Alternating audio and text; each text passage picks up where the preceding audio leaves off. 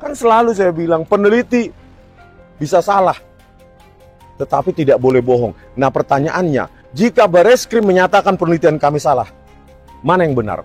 Buktikan. Tunjukkan kepada publik. Itu baru kita menjadi negara yang beradab. Gitu ya. Sepertinya pihak yang melaporkan kami ini ketakutan. Artinya ya ketakutan. Sehingga mereka kemudian kan sudah melakukan kepada kami itu pasal-pasal yang ngawur begitu ya. Jadi arahnya itu ke arah ujaran kebencian, ke arah hasutan. Dan itu sebetulnya bisa kami patahkan dengan mudah. Ya, satu, bahwa kami itu adalah para ilmuwan, para akademisi, para aktivis.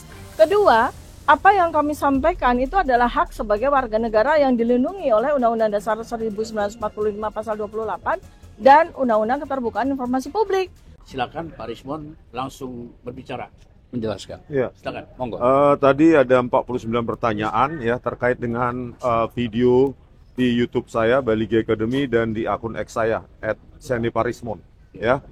Jadi ada sekitar 9 sampai 12 sebenarnya video saya yang akan ditanyakan, tetapi hari ini ya kita total war. Artinya begini. Jangan diinterpretasikan seperti melawan kepolisian ya, bukan. Kalau sebelumnya saya ditanyakan tentang hal-hal teknis dan saintifik dalam klarifikasi, saya merasa itu tidak relevan karena tempus dan locus delictusnya yaitu 26 Maret 2025. Nah, hari ini berubah. Tempus dan locus delictinya adalah 22 Januari 2025. Dan itulah menjadi direlasikan atau direlevansikan dengan kegiatan-kegiatan riset kami setelahnya dan bagaimana kegiatan kami mengunjungi alma mater kami Universitas Gadjah Mada. Jadi intinya pada hari ini ya saya menjelaskan secara sedetil-detilnya ya kajian ilmiah saya, karena memang kita ini orang-orang yang berbeda, orang-orang yang tidak pernah ketemu sebelumnya dan disatukan dengan nilai akademis, nilai-nilai saintifik. Saya dengan Bu Tifa juga kenalnya 15 April 2025 di UGM, bahkan di depan ruang 109 Fakultas Kehutanan UGM. Tapi kita dipertemukan dengan nilai saintifik itu. Itulah yang saya jelaskan sedetil-detilnya, sehingga saya hanya jawab hari ini 2 pertanyaan saja. Karena saya merasa saya harus menjelaskan sedetil-detilnya, bahkan tadi ada ini bagian tulisan saya menjadi bagian buku Jokowi's White Cover, saya print dalam bentuk buku juga dan kami serahkan sebagai pertimbangan dan petunjuk kepada penyidik. Dan kami jelaskan semua urutan-urutannya, mulai dari lintasan stempel, uji overlay, uji gradient analisis, proportional spacing dan kerning, terus uji NPE ya, noise pattern analysis dan lainnya. Sehingga ya kami ingin membuktikan bahwa kami ingin memenuhi rasa ingin tahu kami sebagai peneliti, apakah ijazah yang diupload oleh Dian Sandi Utama itu, kader PSI itu, yang diklaim secara sepihak itu asli, ya kami buktikan dengan metode kami. Begitu juga dengan lembar pengesahan yang kami foto sendiri di ruang 109. Rasa ingin tahu sebagai peneliti itu seharusnya tidak dibatasi oleh otoritas manapun, apalagi otoritas kepolisian. Oleh karena itu saya berpendapat dan saya ajukan ke pengacara saya, ya tim pengacara saya, Bang Jahmada, itu kalau memang hari ini tidak cukup waktu, saya siap untuk Senin sampai Jumat ke depan. Setiap hari saya datang, asalkan saya diberikan kesempatan sebanyak-banyaknya untuk menjelaskan setiap hal teknis, seteknis-teknisnya, sedetil-detilnya, sesaintifik-saintifiknya, setiap video yang ditanyakan kepada saya. Jadi itu kesempatan saya, ya, kesempatan saya untuk membela orang-orang yang bersama saya ini, mulai dari TPUA, Bu Tifa, Pak Roy Suryo, bahwa kami dipertemukan tidak lain dan tidak bukan ya nilai saintifik ini, gitu. Tidak ada interpretasi lain. Oleh karena itu kepada penyidik ya saya siap. Senin sampai jam 5 saya layani. Selasa kalau kurang sampai jam 5 juga saya layani, gitu. Setiap pertanyaan akan saya jelaskan sedetil-detilnya, gitu ya. Belum selesai. Karena apa? Karena saya ingin diberikan kesempatan sebesar-besarnya untuk menjelaskan seteknis-teknisnya, gitu. bahwa di luar sana dikatakan fitnah, kebencian, dan lain-lain. Bagaimana kebencian itu ada kalau kita ada parameternya, ada metodenya, bahkan ada source code-nya, ada kajian terhadap output tersebut, bahkan tidak menyentuh personal Pak Joko Widodo. Kalau kalian bisa membelinya nanti tanggal 27 Agustus kami grand launching ya buku tersebut, kalian lihat jauh sekali dari kebencian buku itu. Gitu loh. Jauh sekali dari kebencian, itu cuma metode-metode yang kami lakukan sesuai dengan keilmuan kami untuk memenuhi rasa ingin tahu kami sebagai peneliti. Dan kami jawab, yang diupload Dian Sandi Utama itu banyak kejanggalan. Banyak hal-hal yang kami buktikan itu potensi-potensi manipulasi digital. Maka kami simpulkan, itu tidak asli. Gitu. Dan lewat uji-uji forensik lainnya terhadap lembar pengesahan skripsi itu kami buktikan bahwa dua fitur yang paling utama dalam digital word document atau dokumen yang berasal dari word processor modern adalah proportional spacing dan kerning. Proportional spacing artinya ruang untuk tiap huruf adaptif, berubah-ubah sesuai dengan misalnya I dengan A dengan N itu berbeda-beda. Kerning itu jarak antar huruf itu berbeda-beda. Jarak antar kata berbeda-beda sesuai dengan string adjustment pada algoritma di word processor tersebut. Jadi ya sudah kami buktikan. Kan selalu saya bilang peneliti bisa salah, tetapi tidak boleh bohong. Nah pertanyaannya, jika Bareskrim menyatakan penelitian kami salah, mana yang benar? Buktikan. Tunjukkan kepada publik. Itu baru kita menjadi negara yang beradab, gitu ya. Oke, jadi saya tambahkan ya. Hari ini pertanyaan yang diajukan kepada klien kami Richmond itu 49 pertanyaan. Kemudian pertama-tama penyidik mengatakan bahwa akan ada 37 video yang akan ditampilkan. Tapi kami tanya, yang berhubungan langsung dengan klien kami Richmond Jennifer itu berapa? Katanya kurang lebih 12. Oleh sebab itu, jika ada video yang tidak berkaitan dengan kegiatannya klien kami Richmond, ya nggak perlu dipertanyakan. Tidak ada hubungannya. Oleh sebab itu ada sepakat, kalau itu oke, disepakatilah. Tapi dari 12 itu, bayangkan sampai sekarang itu baru 2 video yang dibelah, yang dijawab oleh klien kami Richmond itu sudah memakan waktu hampir berjam-jam. Oleh sebab itu dengan sepakat tadi penyidiknya juga baik sekali dan kooperatif, memberikan kesempatan kepada klien kami Richmond dan kami kuasa hukum kembali ke sini hari Senin pukul 9.30 pagi. Dan akan kita ikutin selesai jam berapa kita tidak tahu. Pokoknya sampai tuntas. Sampai tuntas. Itu target ada kita. Tambahan dari Mbak Tifa. Oh, Mbak Tifa. Silakan Mbak Tifa. Baik, saya ada tambahan. Kemarin saya diperiksa sebelum Bang Richmond Jennifer ya. Jadi ternyata bukti-bukti yang mereka berikan sekitar 37 video maupun link ya dan postingan itu sama ya, kurang lebih sama. Dan memang ada bagian dari yang saya yang katakanlah mereka katakan bahwa itu postingan saya, atau mereka katakan bahwa itu postingan dari Bang Richmond ataupun Bang Roy dan para 12 orang yang lain gitu ya. Dan itu kan perlu diverifikasi. Karena tidak begitu saja kita katakan bahwa itu postingan kita ya, karena kan ada deepfake sekarang ini, ada cloningan akun dan sebagainya, dan itu memang membutuhkan digital forensik. Jadi tidak semata-mata, tidak serta-merta harus kita jawab itu ya.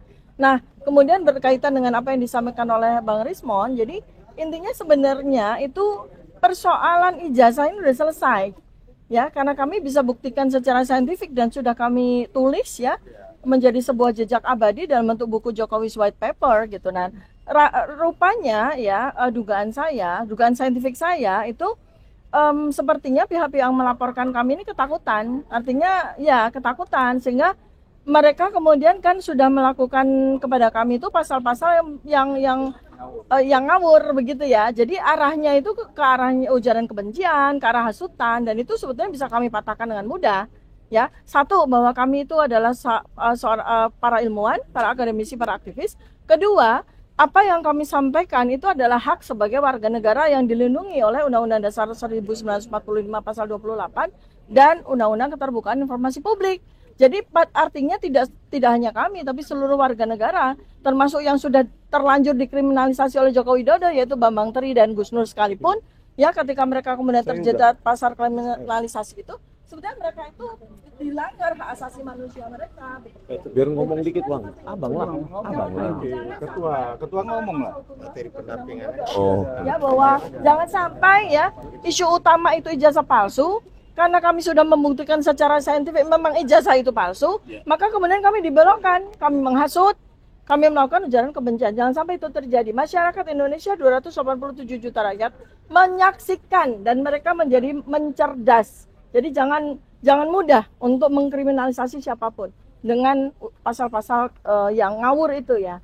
Terima kasih. nah, bentar bang ya. Tadi info dari penyidik saya tanya, di mana saya minta ijazah ditunjukkan, katanya sedang ada di lab 4. Yang kedua, berita acara penyitaan ada tapi tidak mau menunjukkan.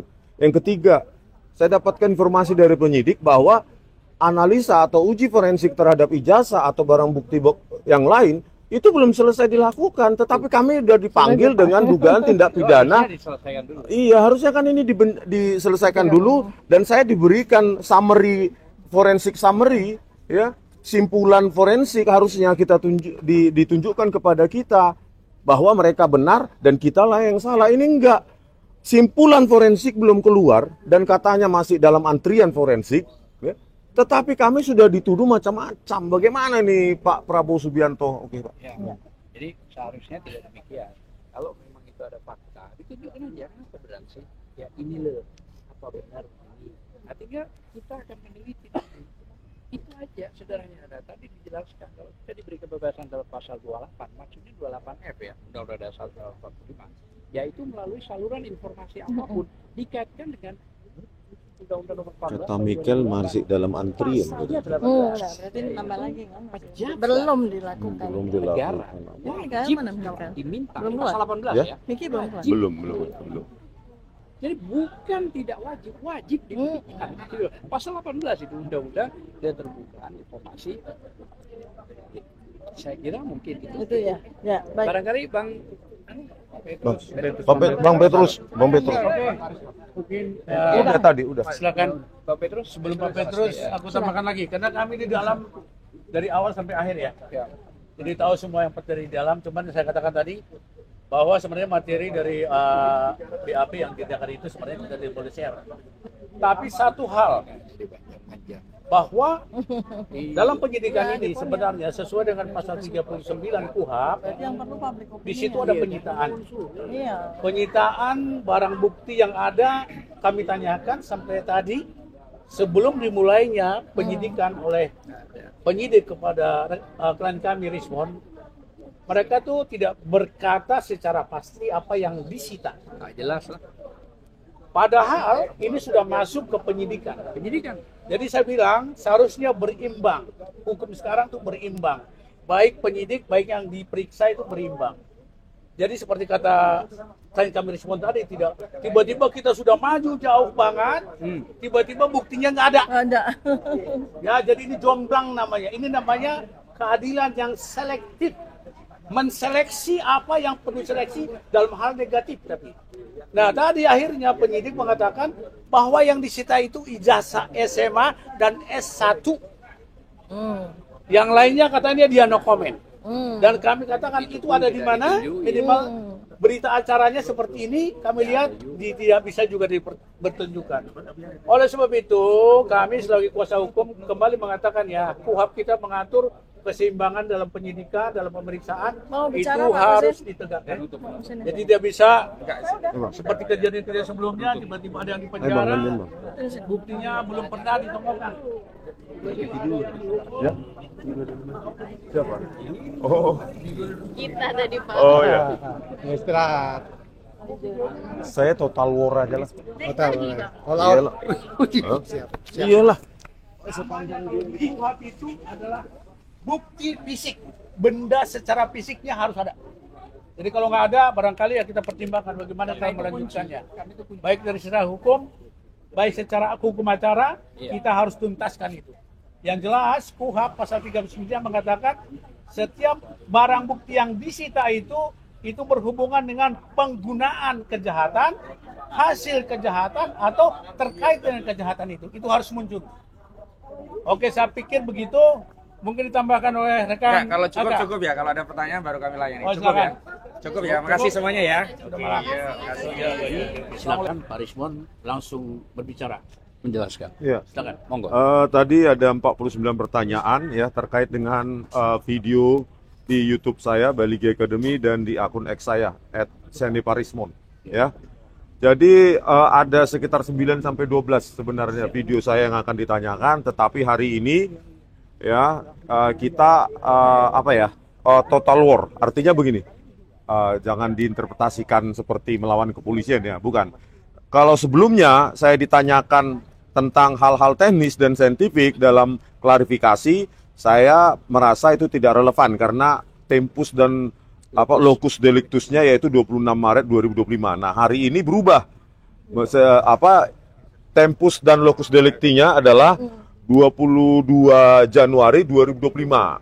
Dan itulah menjadi direlasikan atau direlevansikan dengan kegiatan-kegiatan riset kami setelahnya dan bagaimana kegiatan kami mengunjungi alma mater kami Universitas Gadjah Mada. Jadi intinya pada hari ini ya saya menjelaskan secara sedetil-detilnya ya kajian ilmiah saya karena memang kita ini orang-orang yang berbeda, orang-orang yang tidak pernah ketemu sebelumnya dan disatukan dengan nilai akademis, nilai-nilai saintifik.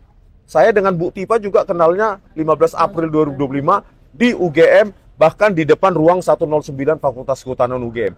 Tapi kita dipertemukan dengan nilai saintifik itu. Itulah yang saya jelaskan sedetil-detilnya, sehingga saya hanya jawab hari ini 2 pertanyaan saja. Karena saya merasa saya harus menjelaskan sedetil-detilnya, bahkan tadi ada ini bagian tulisan saya menjadi bagian buku Jokowi's White Cover, saya print dalam bentuk buku juga dan kami serahkan sebagai pertimbangan dan petunjuk kepada penyidik, dan kami jelaskan semua urutan-urutannya mulai dari lintasan stempel, uji overlay, uji gradient analisis, proportional spacing dan kerning, terus uji NPE ya, noise pattern analysis dan lainnya sehingga ya kami ingin membuktikan bahwa kami ingin memenuhi rasa ingin tahu kami sebagai peneliti, apakah ijazah yang diupload oleh Dian Sandi Utama itu kader PSI itu yang diklaim secara sepihak itu asli, ya kami buktikan dengan metode kami. Begitu juga dengan lembar pengesahan yang kami foto sendiri di ruang 109, rasa ingin tahu sebagai peneliti itu seharusnya tidak dibatasi oleh otoritas manapun, apalagi otoritas kepolisian. Oleh karena itu saya berpendapat dan saya ajukan ke pengacara saya, ya tim pengacara saya, Bang Jahmada, itu kalau memang hari ini tidak cukup waktu, saya siap untuk Senin sampai Jumat ke depan. Setiap hari saya datang, asalkan saya diberikan kesempatan sebanyak-banyaknya untuk menjelaskan setiap hal teknis, seteknis-teknisnya, sedetil-detilnya, sesaintifik-saintifiknya, setiap video yang ditanyakan kepada saya. Jadi itu kesempatan saya, ya, kesempatan saya untuk membela orang-orang yang bersama saya ini, mulai dari TPUA, Bu Tipa, Pak Roy Suryo, bahwa kami dipertemukan tidak lain dan tidak bukan ya nilai saintifik ini. Gitu, tidak ada interpretasi lain. Oleh karena itu kepada penyidik ya saya siap Senin sampai jam 5 saya layani, Selasa kalau kurang sampai jam 5 juga saya layani gitu. Setiap pertanyaan akan saya jelaskan sedetil-detilnya gitu ya. Belum selesai. Karena apa? Karena saya ingin diberikan kesempatan sebesar-besarnya untuk menjelaskan seteknis-teknisnya gitu. Bahwa di luar sana dikatakan fitnah, kebencian, dan lain-lain. Bagaimana kebencian itu ada kalau kita ada parameternya, ada metodenya, bahkan ada source code-nya, ada kajian terhadap output tersebut, bahkan tidak menyentuh personal Pak Joko Widodo. Kalau kalian bisa membelinya nanti, tanggal 27 Agustus kami grand launching, ya buku tersebut, kalian lihat jauh sekali dari kebencian buku itu, gitu loh. Jauh sekali dari kebencian, itu cuma metode-metode yang kami lakukan sesuai dengan keilmuan kami untuk memenuhi rasa ingin tahu kami sebagai peneliti. Dan kami jawab, yang diupload Dian Sandi Utama itu banyak kejanggalan. Banyak hal-hal yang kami buktikan itu potensi-potensi manipulasi digital. Maka kami simpulkan itu tidak asli gitu. Dan lewat uji-uji forensik lainnya terhadap lembar pengesahan skripsi itu kami buktikan bahwa dua fitur yang paling utama dalam digital word document atau dokumen yang berasal dari word processor modern adalah proportional spacing dan kerning. Proportional spacing artinya ruang untuk tiap huruf adaptif, berubah-ubah sesuai dengan misalnya I dengan A dengan N itu berbeda-beda. Kerning itu jarak antar huruf itu berbeda-beda. Jarak antar kata berbeda-beda sesuai dengan string adjustment pada algoritma di word processor tersebut. Jadi ya sudah kami buktikan. Kan selalu saya bilang peneliti bisa salah, tetapi tidak boleh bohong. Nah pertanyaannya, jika Bareskrim menyatakan penelitian kami salah, mana yang benar? Buktikan. Tunjukkan kepada publik. Itu baru kita menjadi negara yang beradab, gitu ya. Oke, jadi saya tambahkan ya. Hari ini pertanyaan yang diajukan kepada klien kami Rismon itu 49 pertanyaan.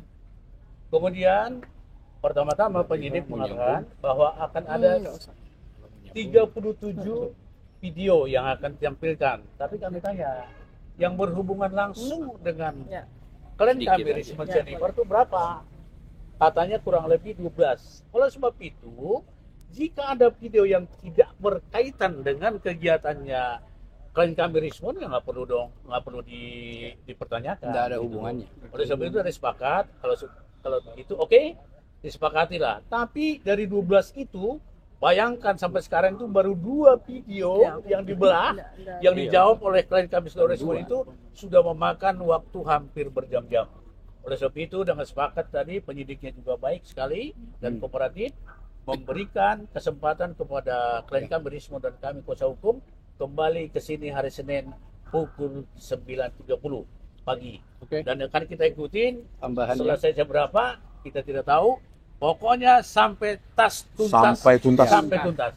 Itu target Ada kita. tambahan dari Mbak Tifa. Oh, Oke, Mbak Tifa. Silakan Mbak Tifa. Baik, saya ada tambahan. Kemarin saya diperiksa sebelum Bang Rismon Sianipar ya. Jadi ternyata bukti-bukti yang mereka berikan sekitar 37 video maupun link ya dan postingan itu sama ya, kurang lebih sama. Dan memang ada bagian dari yang saya yang katakanlah mereka katakan bahwa itu postingan saya, atau mereka katakan bahwa itu postingan dari Bang Rismon ataupun Bang Roy dan para 12 orang yang lain gitu ya. Dan itu kan perlu diverifikasi. Karena tidak begitu saja kita katakan bahwa itu postingan kita ya, karena kan ada deepfake sekarang ini, ada cloningan akun dan sebagainya, dan itu memang membutuhkan digital forensik. Jadi tidak semata-mata, tidak serta-merta harus kita jawab itu ya. Nah, kemudian berkaitan dengan apa yang disampaikan oleh Bang Rismon, jadi intinya sebenarnya itu persoalan ijazah ini sudah selesai ya, karena kami bisa buktikan secara saintifik dan sudah kami tulis ya menjadi sebuah jejak abadi dalam bentuk buku Jokowi's White Paper gitu. Nah, rupanya ya dugaan saintifik saya itu sepertinya pihak-pihak yang melaporkan kami ini ketakutan. Artinya ya ketakutan, sehingga mereka kemudian kan sudah melakukan kepada kami itu pasal-pasal yang ngawur begitu ya. Jadi arahnya itu ke arah ujaran kebencian, ke arah hasutan, dan itu sebetulnya bisa kami patahkan dengan mudah. Ya, satu, bahwa kami itu adalah para ilmuwan, para akademisi, para aktivis. Kedua, apa yang kami sampaikan itu adalah hak sebagai warga negara yang dilindungi oleh Undang-Undang Dasar 1945 pasal 28 dan Undang-Undang Keterbukaan Informasi Publik.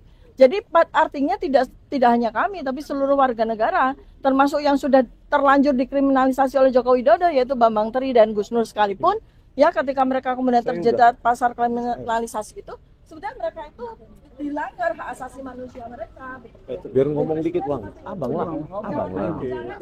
Ketua ngomong lah materi pendampingan. Oh. Ya bahwa jangan sampai ya isu utama itu ijazah palsu. Karena kami sudah membuktikan secara saintifik memang ijazah itu palsu, maka kemudian kami dibelokkan, kami menghasut, kami melakukan ujaran kebencian. Jangan sampai itu terjadi. Masyarakat Indonesia 287 juta rakyat menyaksikan dan mereka menjadi mencerdas. Jadi jangan mudah untuk mengkriminalisasi siapapun. dengan pasal-pasal yang ngawur itu ya. Terima kasih. Nah, Dipastikan. bentar Bang ya. Tadi info dari penyidik saya tanya, di mana saya minta ijazah ditunjukkan. Katanya sedang ada di lapor. Yang kedua, berita acara penyitaan ada tapi tidak mau menunjukkan. Yang ketiga, saya dapatkan informasi dari penyidik bahwa analisa atau uji forensik terhadap ijazah atau barang bukti yang lain itu belum selesai dilakukan, tetapi kami sudah dipanggil dengan dugaan tindak pidana. Diselesaikan dulu. Iya, harusnya kan ini diselesaikan dulu dan saya diberikan summary, forensik summary, ya, simpulan forensik harusnya kita ditunjukkan kepada kita bahwa mereka benar dan kita lah yang salah. Ini enggak. Simpulan forensik belum keluar dan katanya masih dalam antrian forensik, ya. Tetapi kami sudah dituduh macam-macam. Bagaimana nih Pak Prabowo Subianto? Oke, Pak. Ya. Jadi seharusnya tidak demikian. Kalau memang itu ada fakta, ditunjukkan aja kenapa berat sih. Ya ini loh, apa benar ini. Artinya kita akan meneliti itu aja sederhananya. Ada tadi dijelaskan kalau kita diberi kebebasan dalam pasal 28, maksudnya 28F ya, Undang-Undang Dasar 45, yaitu melalui saluran informasi apapun dikaitkan dengan Undang-Undang Nomor 14. Kata Mikel masih dalam antrian. Berarti nambah lagi kan? Belum dilakukan. Belum Negara. dilakukan. Negara Wajib mana misalkan? diminta Belum pasal keluar. 18 Ya? ya. Miki belum keluar. Belum. Jadi bukan tidak wajib, wajib dibuktikan. Pasal 18 itu undang-undang keterbukaan informasi. Saya kira mungkin Itu ya. Ya, baik. barangkali Bang Bang Petrus. Mungkin Udah tadi, udah. silakan Bang Petrus sebelum Pak Petrus aku tambahkan lagi karena kami di dalam dari awal sampai akhir ya. ya. Jadi tahu semua yang dari dalam, cuman saya katakan tadi bahwa sebenarnya materi dari BAP yang diadakan itu sebenarnya tidak boleh share. Tapi satu hal bahwa dalam penyidikan ini sebenarnya sesuai dengan pasal 39 KUHP Yang perlu public opinion. di situ ada penyitaan. Iya. Penyitaan barang bukti yang ada kami tanyakan sampai tadi sebelum dimulainya penyidikan oleh penyidik kepada klien kami Rismon, mereka tuh tidak berkata secara pasti apa yang disita. Nah, jelas lah. Padahal ini sudah masuk ke penyidikan. Jadi saya bilang seharusnya berimbang. Hukum sekarang tuh berimbang. Baik penyidik, baik yang diperiksa itu berimbang. Jadi seperti kata klien kami Rismon tadi, tidak tiba-tiba kita sudah maju jauh banget, tiba-tiba buktinya nggak ada. Ada. Ya, jadi ini jomblang namanya. Ini namanya keadilan yang selektif. Menseleksi apa yang perlu seleksi dalam hal negatif tapi. Nah, tadi akhirnya penyidik mengatakan bahwa yang disita itu ijazah SMA dan S1. Yang lainnya katanya dia no comment. Dan kami katakan itu ada di mana? Minimal berita acaranya seperti ini kami lihat tidak bisa juga dipertunjukkan. Oleh sebab itu kami sebagai kuasa hukum kembali mengatakan ya KUHP kita mengatur keseimbangan dalam penyidikan, dalam pemeriksaan itu harus ditegakkan. Jadi tidak bisa seperti kejadian-kejadian sebelumnya tiba-tiba ada yang di penjara, buktinya belum pernah ditemukan. Ya. Siapa? Oh. Kita tadi Pak. Oh ya. Istirahat. Saya total war aja lah. Hotel. Iyalah. Iyalah. KUHP itu adalah bukti fisik, benda secara fisiknya harus ada. Jadi kalau nggak ada, barangkali ya kita pertimbangkan bagaimana cara melanjutkannya. Baik dari secara hukum, baik secara hukum acara, kita harus tuntaskan itu. Yang jelas, KUHP pasal 39 mengatakan setiap barang bukti yang disita itu berhubungan dengan penggunaan kejahatan, hasil kejahatan atau terkait dengan kejahatan itu harus muncul. Oke, saya pikir begitu. Mungkin ditambahkan oleh rekan. Kalau cukup ya. Kalau ada pertanyaan baru kami layani. Oh, Cukup ya. silakan. Cukup ya. Makasih semuanya ya. Udah malam. Iya, makasih.